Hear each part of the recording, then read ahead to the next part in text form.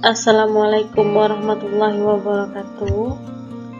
Halo, apa kabar anak-anak? Selamat berjumpa lagi dengan pelajaran pendidikan lingkungan hidup bab 7 kelas 8.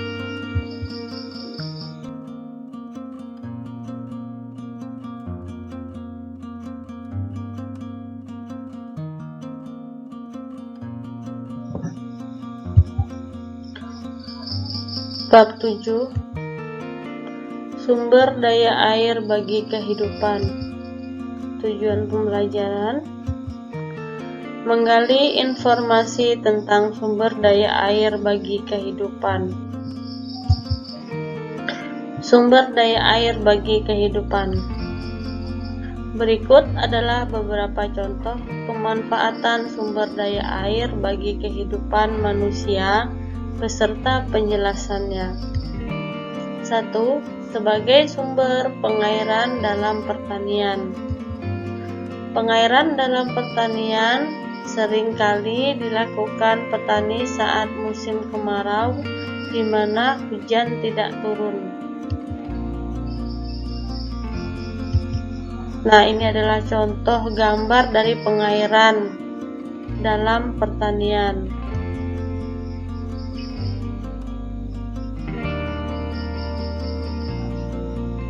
Oke, cukup jelas ya gambarnya. 2. Sebagai pemenuhan kebutuhan rumah tangga.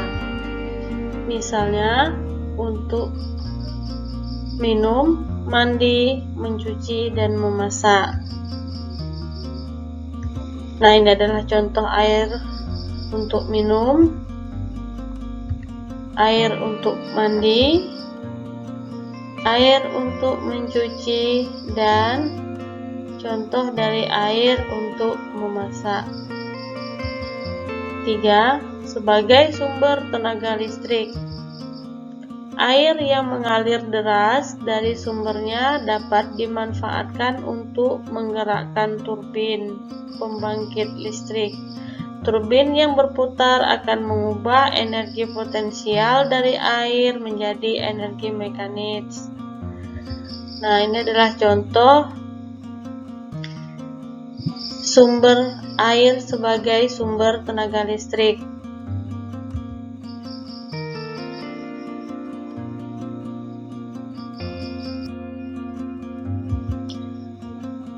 4. Air sebagai bahan baku. Beberapa industri memanfaatkan air sebagai bahan baku dalam proses produksi. Contohnya adalah industri pembuatan es batu dan industri air mineral dalam kemasan. Nah, ini adalah contoh gambar dari industri pembuatan es batu. Nah, gambar yang kedua adalah contoh industri air mineral dalam kemasan.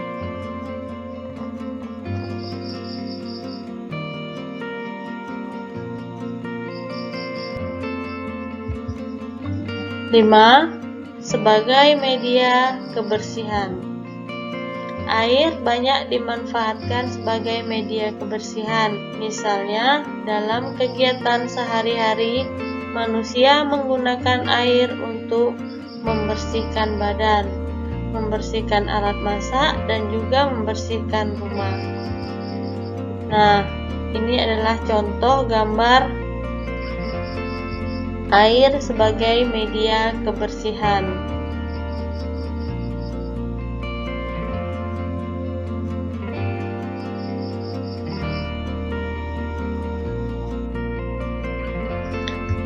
Enam, sebagai indikator pelestarian lingkungan. Sumber daya air dibutuhkan untuk makhluk hidup lain.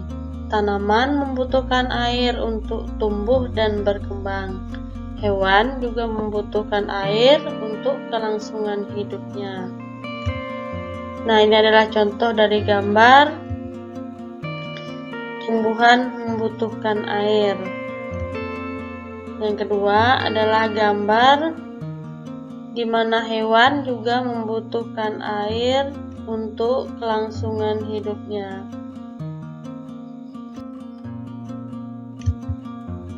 7. Memperlancar perekonomian rakyat. Seperti yang telah dijelaskan sebelumnya, bahwa air berpengaruh terhadap beberapa industri dan juga mata pencaharian masyarakat. Petani membutuhkan air untuk bercocok tanam. Nah, ini adalah contoh dari air adalah untuk memperlancar perekonomian rakyat. Ini adalah gambar dari pasar apung. Gambar yang kedua adalah air, contoh air untuk bercocok tanam.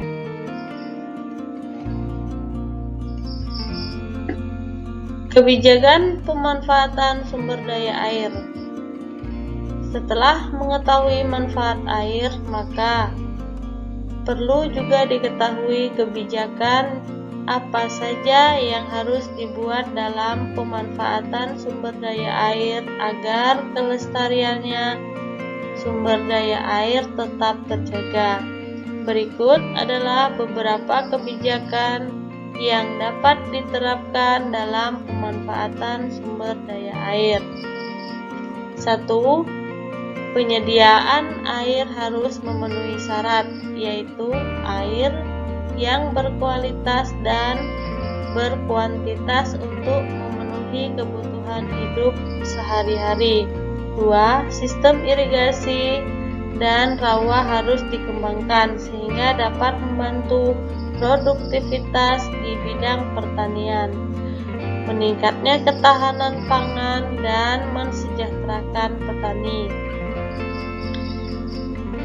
Efisiensi dan efektivitas penggunaan air untuk irigasi harus ditingkatkan dengan cara mengutamakan pemeliharaan, kegiatan operasi, peningkatan kerja, serta rehabilitasi daripada pembangunan irigasi yang baru.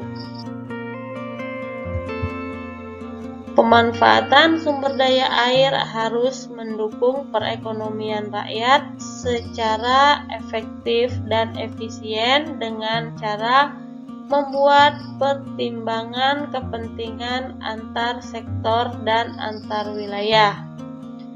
Prinsip penggunaan biaya jasa pengelolaan sumber daya air harus ditetapkan bagi penerima manfaat air. Peran dunia usaha dalam pemanfaatan dan pengelolaan sumber daya air harus tepat, mengedepankan kepentingan umum, membuat analisa dampak lingkungan sebelum membuat bangunan di daerah resapan air. Perlu dibuat pengendalian pencemaran sumber daya air, terutama untuk sumber air tanah, danau, dan sungai. Penerapan biaya penanggulangan pencemaran air bagi industri atau siapa saja yang melakukan pencemaran terhadap sumber daya air.